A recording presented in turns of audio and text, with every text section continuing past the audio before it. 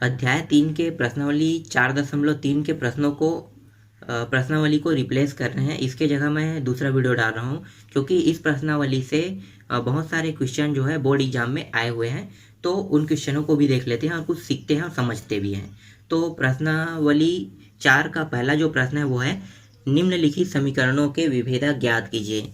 तो हमें विभेदक ज्ञात करना है। तो पहला प्रश्न क्या है? तो पहला प्रश्न है x² - 4x + 2 बराबर 0। ये पहला प्रश्न है। इसका हमें क्या निकालना है? विभेदक। तो पहले हम इसको क्या करेंगे? देखो ये एक समीकरण है, तो ये इसको लिखेंगे हम लोग समीकरण x² - 4x + 2 बराबर 0 की तुलना किससे करेंगे? ax² + bx + c बराबर 0 से करने पर इससे हम तुलना करें। देखो हम सीध में लिख दिए। अब हमें क्या करना है? तुलना कर रहे हैं, तो तुलना करने का कंडीशन क्या होता है कि जो मान सेम सेम रहेगा वो कट जाएगा, और जो अलग अलग दिखाई दे रहा है, जिनका जो अलग अलग है उसको हम लोग यहाँ पे लिखेंगे, मतलब अचर राशि को लिखेंगे और चर राशि वाला क्या हो जाएगा? कट जाएगा। तो देखो इस समीकरण में अचर राशि कौन है? तो एक्स, सॉरी, इसमें देखो चर राशि कौन सा है? एक्स। और इसमें देखो x² इसमें है, इसमें भी x है, इसमें x² है, इसमें भी x है। तो देखो x² वाले को x² के साथ देखते हैं। तो देखो x² ये दोनों कट गया। अब आपको क्या दिखाई दे रहा है यहाँ पे? देखो नीचे में a दिखाई दे रहा है, तो a को लिखो। और क्या दिखाई दे रहा है? और यहाँ पे देखो इसके साथ कुछ नहीं दिखाई दे रहा, मतलब यहाँ पे 1 था। ठीक है, तो ये आ गया a बराबर 1। अब देखो इसमें देखो x ये भी कट गया।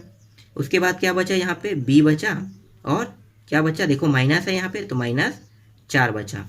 अब उसके बाद देखो यहाँ पे कोई चर राशि क्या है? नहीं, तो इसको क्या करेंगे हम लोग? डायरेक्ट c बराबर 2 करके लिख लेंगे। ठीक, इतना समझ में आ गया। अब हम क्या करेंगे? विभेदक निकालेंगे। तो विभेदक निकालने के लिए सूत्र क्या होता है? विविक्तीकर का सूत्र होता है। तो ये लिखेंगे विविक्तीकर का सूत्र है, जिसे हम किससे दर्शाते हैं? d से। तो इस सूत्र में मान रखेंगे। सूत्र क्या है? d बराबर b² - 4ac। देख लो हमने a b c सभी के मान निकाल लिए हैं। अब हमें क्या करना है? यहाँ पे मान को रखना है। तो d बराबर b का मान कितना है? देखो -4, तो रख दो -4, और उसके घात में वर्ग है तो वर्ग लिखो। उसके बाद 4 है, a का मान कितना है? 1 है, गुणा करो 1, फिर ये भी c गुणा में है, और c का मान कितना है? 2 है, तो ये हो गया 2। आगे हल करें तो देखो ये माइनस है और 2 बार गुणा होना है, तो इसको कैसे लिख सकते हैं? -4 गुणित -4। उसके बाद ये देखो इनका गुणा कर लेते हैं, 4 × 1 = 4 और 4 × 2 = 8, तो ये आ गया 8। आगे फिर हल करो तो देखो ये गुणा और ये दोनों गुणा में है, तो गुणा कर लो इन दोनों को।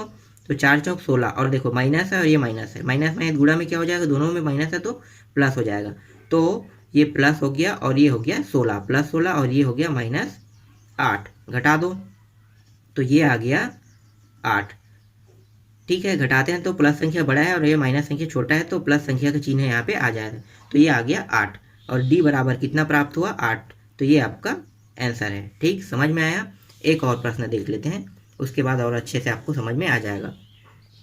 हम यहाँ पे देखते हैं दूसरा प्रश्न देख लेते हैं। दूसरा प्रश्न थोड़ा अलग तरीके से है। तो दूसरा प्रश्न में क्या करेंगे? दूसरा प्रश्न है x - 1 और 2x - 1 बराबर 0 दिया हुआ है। तो पहले इसको, जो ये गुणनखंड के रूप में है, इसको हमें क्या करना है? गुणनफल के रूप में लिखना है। तो गुणनखंड को गुणनफल के रूप में लिखो, मतलब सवर्ग एक समीकरण के रूप में बनाते हैं। तो क्या होगा कि देखो यहाँ पे गुणा करेंगे तो एक पक्ष को देखो, एक पद है, ये पूरा मान लो एक पद मानो, इसको पूरा दूसरा पद मानो। तो एक पद को हम स्थिर रखेंगे और दूसरे पद के साथ गुणा करते जाएंगे। तो देखो इसको मैं स्थिर रख रहा हूँ, तो स्थिर रखो, तो ये हो गया x - 1, और यहाँ से क्या आ जाएगा? 2 गुणा करेगा तो 2x। फिर क्या करेंगे? फिर इसको पूरा लिखेंगे। तो देखो यहाँ पे चिन्ह कौन से लगा है? देखो 2 के साथ गुणा किए ना, तो 2 के साथ के बाद क्या है? इससे माइनस लगा, तो इसको माइनस लिखो।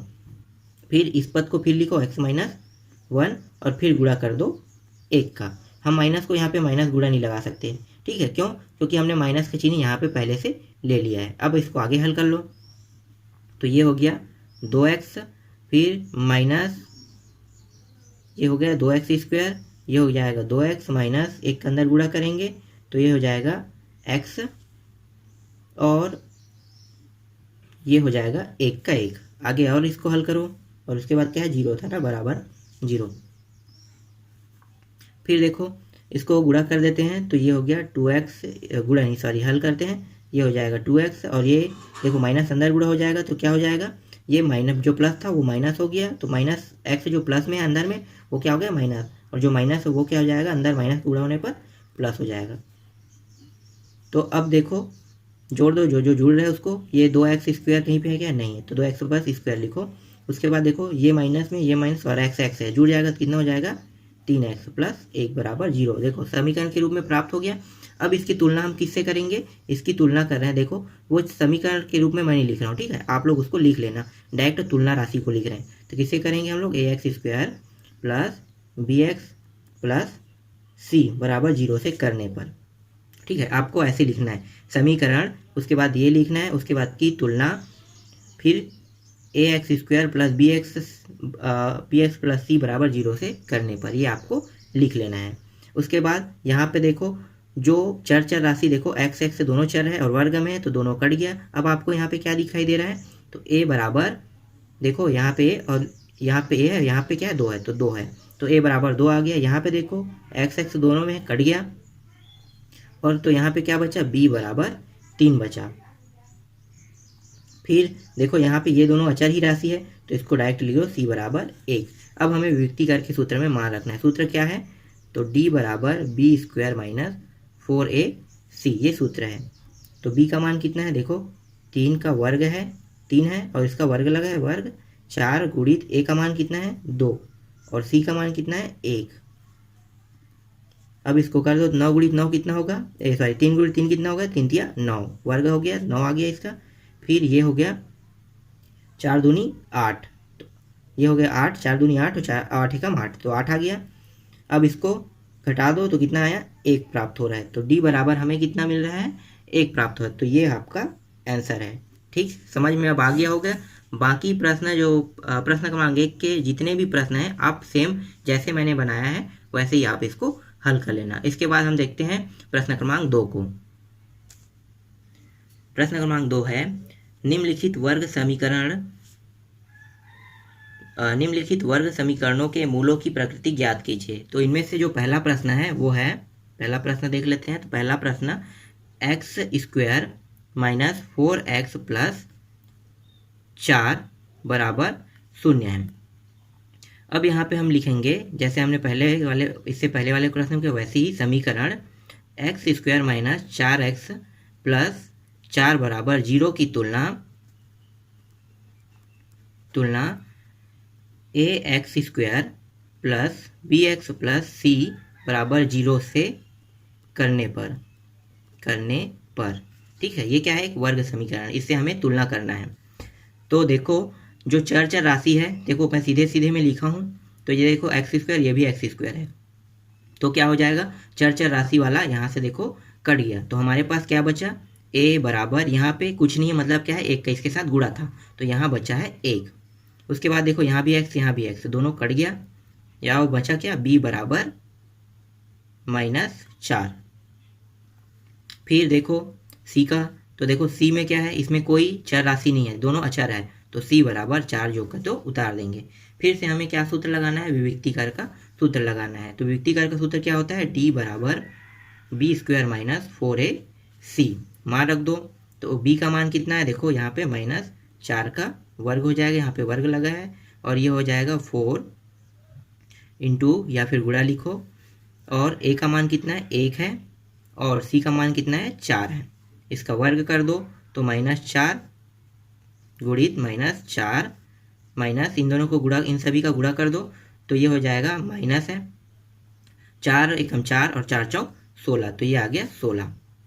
और ये भी कितना हो जाएगा, देखो ये माइनस माइनस क्या हो गया, प्लस हो गया, और 4 गुणित 4 कितना हो जाएगा 16 हो जाएगा। तो 16 माइनस 16 कितना प्राप्त हुआ, डी बराबर, ये दोनों कट गया, देखो प्लस में माइनस में, तो ये हो गया 0।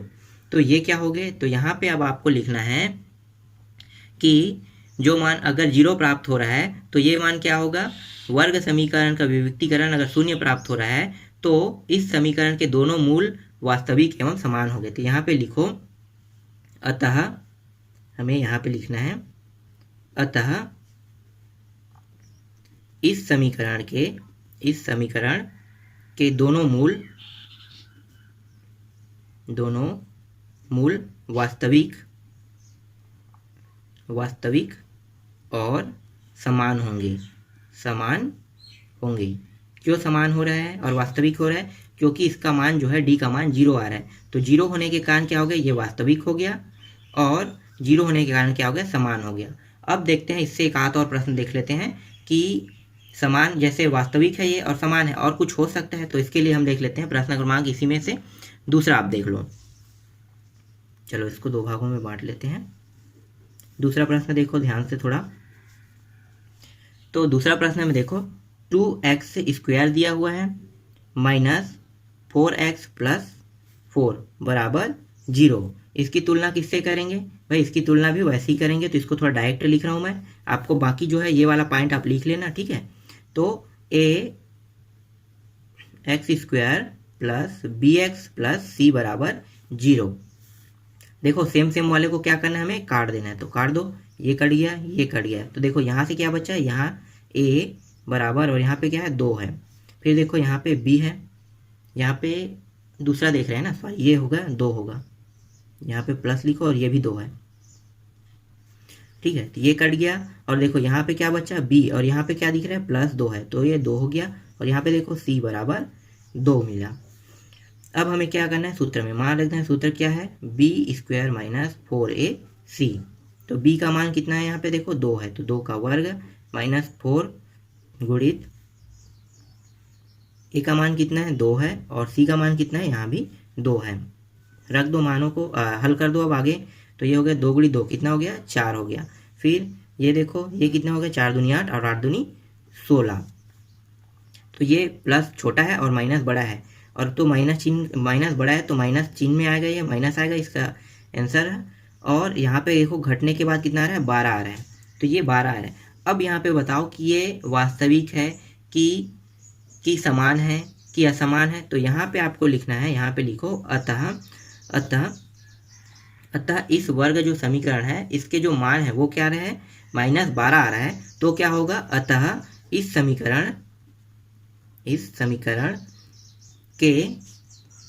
समीकरण के दोनों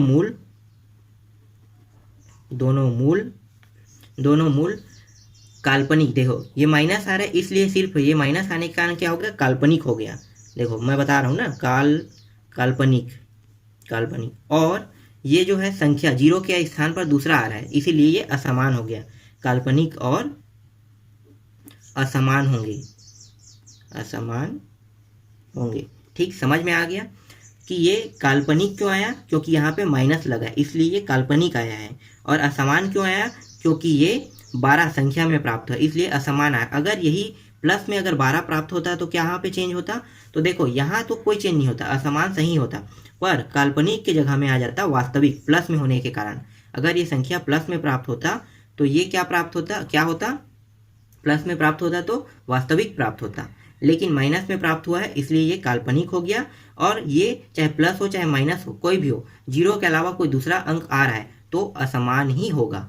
ठीक, आपको अब ये समझ में आ गया होगा। तो प्रश्न क्रमांक दूसरा के सारे प्रश्न जैसे मैंने अभी हल किए हैं वैसे ही आप इसको हल कर लेना। बाकी प्रश्नों को अगले पार्ट में देखेंगे।